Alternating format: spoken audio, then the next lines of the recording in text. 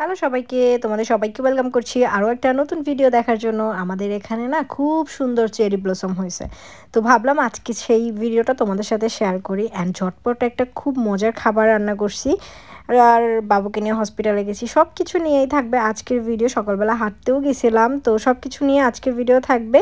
চলো আজকের ভিডিওটা শুরু করি। আর হ্যাঁ, এখন থেকে তোমরা কিন্তু প্রতি সপ্তাহের ফ্রাইডেতে আমার লং ভিডিও পাবা, অ্যান্ড প্রতিদিন হচ্ছে শর্ট ভিডিও তো আপলোড হচ্ছে, কিন্তু লং ভিডিওগুলা শুধুমাত্র ফ্রাইডেতে পাবা। ভাবছিলাম যে এভরিডে তোমাদের সাথে ব্লগ শেয়ার করব, বাট আমি তেমন ভালো রেসপন্স না পাওয়ার কারণে আমি ভাবলাম যে ওকে ফাইন, আমি উইকলি একটা করে ভিডিও তোমাদের সাথে শেয়ার করি। অ্যান্ড আস্তে আস্তে তোমরা যখন আমার সাথে ভালোভাবে কানেক্টেড হবা, দেন আমি তখন এভরিডে ভিডিও আপলোড করব। Hello, good morning. সো আমরা হচ্ছে গিয়ে হাঁটতে বেরোইছি। এই যে আমরা হচ্ছে পার্কিংয়ে আসছি, গাড়ি ওয়াশ করলো। আর এই যে আমার পুচকু,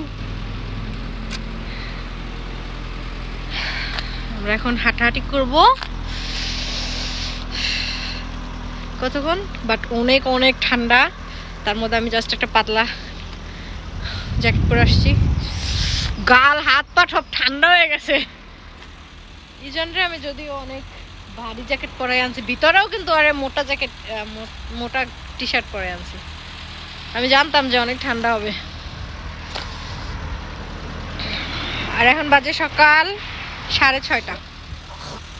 বাইরে অনেক ঠান্ডা ছিল, তাই আমরা আর বেশি হাঁটাহাঁটি করি নাই। জাস্ট পার্কিং থেকে হচ্ছে আবার বাসায় ব্যাক করে চলে আসছি, কারণ আমি জাস্ট একটা টি শার্ট পরে বের হয়েছি। বাবুকে যদিও একটু ভালো কাপড় পরাই নিয়েছিলাম, মোটা কাপড় পরায়, বাট আমি আর ইমন একদমই নর্মাল বাসার টি শার্ট পরে তার উপর জাস্ট একটা পাতলা জ্যাকেট পরে চলে গেছি। আর এখানে ঠান্ডা না, আমাদের দেশের মতো ওরকম ঠান্ডা না, অনেক বেশি ঠান্ডা লাগে এখানের ঠান্ডা। একদম ফ্রিজের মধ্যে হাত দিলে যেরকম ঠান্ডা লাগে না, ওই রকম।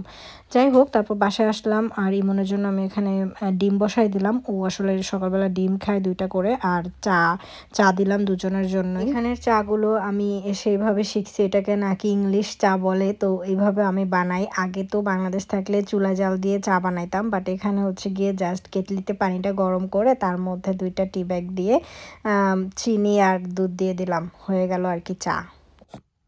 সো আমি হচ্ছে গিয়ে আজদা থেকে এটা আনছিলাম কিনা, এই যে এটা কিনে আনছিলাম, পেরি পেরি চিকেন। এটার দাম নিয়েছিল 569, অলমোস্ট বাংলা টাকায় 1000 টাকার মতো। বাট এখানে একটা হোল চিকেন, পুরো একটা হোল চিকেন আছে, তাও ম্যারিনেট করা, সব কিছু করা, শুধুমাত্র বের করে ওভেনে দিতে হবে। সো আমি আসলে এটা ওভেনে করব না, আমি এটাকে হচ্ছে গিয়ে এখন কি বলে আমার এয়ার ফ্রায়ারে করবো। সো আমি এয়ার ফ্রায়ারটা রেডি করছি, আর ব্যাক ক্যামেরায় আমি তোমাদেরকে এটা দেখায় রাখতেছি। আর এটা কিন্তু একদম হালাল, এই যে এখানে হালাল লেখা আছে। সো কোনো প্রবলেম নাই, আজদা হইলেও এটা হালাল। তো চলো আগে বানাই, তারপরে দেখাচ্ছি। এই যে এখানে আসলে 2টার বেশি ধরবে না, আমার ফ্রায়ারটা একদম বেশি ছোট। সো এখন আমি এটাকে জাস্ট মানে কি বলে, এটাকে মোড়াই দেবো আর কি, ফয়েল পেপারটাকে মোড়াই দেবো। এটার মধ্যে আমি কিছু উইংসও দিয়ে দিচ্ছি। আমি এক হাত দিয়ে ভিডিও করলে না, মানে ভিডিওগুলো, তো এটাকে আমি হচ্ছে এয়ার ফ্রায়ারের মধ্যে দিয়ে দিছি। এখন এটাকে মোড়ায় আমি প্রায় প্রথমে 20 মিনিট দেবো, তারপরে 20 মিনিট দেবো 200 ডিগ্রি সেলসিয়াসে। এই যে এখন আমি এটাকে 200 ডিগ্রি করে দেব, আর এখানে 20 মিনিট করে দেব। তো 20 মিনিট করে আমি হচ্ছে গিয়ে প্রায় মানে 2বার দেবো। প্রথম 20 মিনিট দেওয়ার পরে আমি উল্টাইয়া আবার 20 মিনিট দেবো। সো এখন 20 মিনিট হোক, তারপরে দেখাচ্ছি। এই হচ্ছে পেরি পেরি চিকেনের ফাইনাল লুক। খুবই খুবই ইয়ামি এসেছে, খুবই ইয়ামি লুকস। অনেস্টলি বলতে গেলে চিকেনটা অনেক মজার ছিল, খেতে অনেক ভালো ছিল আর কি। আর 5 পাউন্ডে আসলে অনেক ভালো কোয়ান্টিটি ছিল। অ্যান্ড ঝটপট ধরো অনেক সময় বাসায় রান্না করতে ইচ্ছা করতেছে না, তখন তাড়াতাড়ি করে এটা বানায় খাওয়া যায়, অনেক মজা। কি হয়েছে, তুমি কান্না করো কেন? এ দেখো, পড়ো, দেখো। অ্যান্ড আমরা হচ্ছে ওয়েট করতেছি। তো আজকে বাবুর রেগুলার চেকআপের জন্য ওকে নিয়ে জিপিতে গেছিলাম। অ্যান্ড আমার যখন অ্যাপয়েন্টমেন্ট ছিল 4টার সময়, তখন একদম ফাঁকা ছিল, জিপিতে কোনো লোক ছিল না। নর্মালি মানুষজন থাকে, আজকে একদমই ফাঁকা ছিল, কেউ ছিল না। কারণ জিপি তো 5টা কি 6টার সময় মনে হয় বন্ধ হয়ে যায়। সো হয়তো বা আমি লাস্ট ছিল, আমার অ্যাপয়েন্টমেন্ট ছিল। তো আমার ছেলে এসে এখানে পুরো হাঁটাহাঁটি শুরু করে দিছে, দুষ্টামি শুরু করে দিছে। ও যেখানে যাবে সেখানে জাস্ট দুষ্টামি দুষ্টামি দুষ্টামি, মানে ওর সব কিছু এক্সপ্লোর করতে হয় আর কি। তো তারপর সেখান থেকে আমরা রেগুলার চেক আপে বের হয়ে ডক্টর বলছে যে সব কিছু নর্মাল আছে, কোনো প্রবলেম নাই। অ্যান্ড জ্বর যদি হয়, মানে ওর মেনলি আমি ওর চেক আপে গেছিলাম যে জ্বরের জন্য, ওর মাঝে মাঝে জ্বর হয়। তো বলছে যে প্যারাসিটামল দিতে, আর প্যারাসিটামলে যদি নাই হয় তাহলে অবশ্যই আইবুপ্রোফেন দেওয়ার জন্য আর কি। তো তারপরে আমরা হচ্ছে বাসা ক্রস করে জাস্ট রাস্তার এই পাশে আসছি, পিছনেই আমার বাসা। আর রাস্তাটা ক্রস করলে হচ্ছে গিয়ে এই যে চেরি ব্লসমের এটা, তো এখানে আমি আসলে আসলাম দেখার জন্য। তো চলো তোমাদেরকে ঘুরে ঘুরে দেখাই।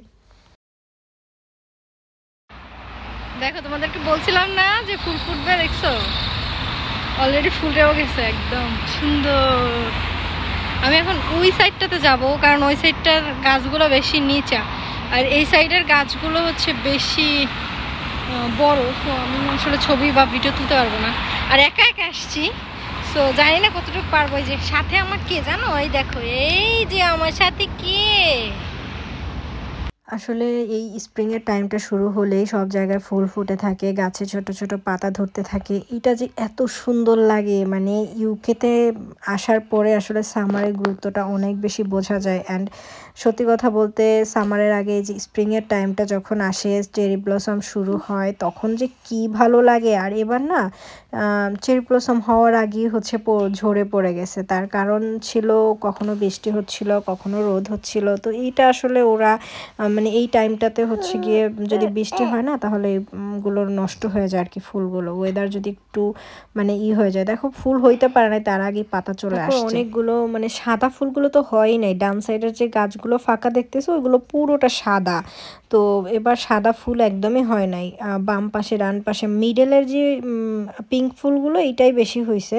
আর সাদাগুলো একদমই হইতে পারে না। মনে হয় সাদা ফুলগুলোর আসলে হওয়ার জন্য পারফেক্ট ওয়েদার দরকার, যেটা আসলে এবছর ছিল না। এরপরে আমি ট্রাইপড নিতে ভুলে গেছি, তার কারণ আমি তো ওই যে হসপিটাল থেকে ডিরেক্ট এখানে চলে গেছিলাম। সো আমি বাসায় ঢুকি নাই, আর বা ট্রাইপডও নিয়ে নেই। ভাবছিলাম যে হসপিটাল থেকে বাসা দিয়ে, মানে বাসার সামনে দিয়ে তো এখানে যাইতে হবে, সো আমি তখন বাসা থেকে নিয়ে যাবো, বাট পরে আর মনে ছিল না। তো একটা গাছের নিচে মোবাইলটা রেখে ফুটেজটা নিয়েছিলাম। তো দাঁড়ানো ফুটেজটা আমার বেশ ভালো লাগছে, অনেক পছন্দ হয়েছে, আমি ডেও দিছিলাম। আর আসলে ট্রাইপড না নিলে বা সাথে কেউ না গেলে কোনো ভিডিও বা ফুটেজ ভালো আসে না। একা হাত দিয়ে করতে হয়, তার মধ্যে ছেলেকে কোলে নেওয়া, এই সেই, এর জন্য চাইলেও সুন্দর কোনো ভিডিও নেওয়া আসলে সম্ভব হয় না। তো তারপরে হচ্ছে আমরা ঘোরাঘুরি করলাম, আর বাবুরও ঘুম চলে আসছে, তাই আমরা হচ্ছে বাসার দিকে এখন চলে যাব। বাসায় চলে আসলাম, আর বাসায় আসার পরে সে কি কাণ্ড করছে সেটা তোমরা দেখো। ঘুমাইছে নাকি কি করছে দেখো তোমরা। আমার একমাত্র ছেলে ওয়ালের ওয়ালপেপার টাইনা সব ছিঁড়া ফেলাইছে। আমার একমাত্র ছেলে কোথায়? এখানে কিছু রাখতে পারে না, এটা ওয়াল কর্নার, বাট কিচ্ছু রাখা যায় না।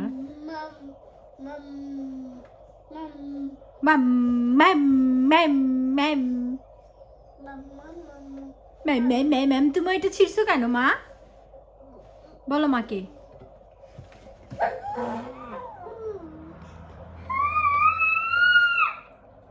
আর এই হচ্ছে অবস্থা, তার বাসায় এসে চিল্লা পাল্লা করতেছে, এই সেই, মনে হচ্ছিল ঘুমাবে, বাট ঘুমাচ্ছিল না। তো দেখো বাইরে এখনও কিন্তু রোদ, তখন বাজে প্রায় 7টার মতো বাজছিল মনে হয়। তো তারপরেও দেখো কত সুন্দর রোদ। আর এখন তো সন্ধ্যা হইতে হইতে প্রায় 8টা সাড়ে 8টা বেজে যায় আর কি। এরপরে মাগরিবের নামাজ শেষ করে তারপরে আমি হচ্ছে একটু নাস্তা করে নেব আর কফি খাবো। তো ওই জন্য কফি বানাচ্ছি, যেহেতু ইমন বাসায় থাকে না, সো আমি একাই থাকি, আর ইজানও ঘুমায় যায়। সো ওই টাইমটাতে আমি হচ্ছে রিল্যাক্সে একটু কফি বানাই, তারপরে একটু কোনো একটা নাস্তা বানাই নেই আর কি। মাঝে মাঝে হচ্ছে কাবাব খাই, মাঝে মাঝে হচ্ছে এই যে সমোসা, স্প্রিং রোল, এগুলো আছে, এগুলো জাস্ট হচ্ছে ভেজে খেয়ে ফেলি। আর এগুলো কিন্তু হালাল, সো জাস্ট ভেজে 2-3টা ভেজে নিজের জন্য আর কি। আর এখানে ফ্রাইজও একটু অল্প ফ্রাইজ ভেজে নিয়েছিলাম। এই হচ্ছে আমার নাস্তা আর কি বিকালে। এই ছিল আজকের ভিডিও। কেমন লাগলো তোমাদের অবশ্যই জানিও। আর চ্যানেলটাকে কিন্তু যারা সাবস্ক্রাইব করো অবশ্যই করে রেখো, কারণ নেক্সট উইক কিন্তু খুব সুন্দর একটা ভিডিও আসতে যাচ্ছে। ততক্ষণ পর্যন্ত তোমরা ভালো থেকো। Bye bye.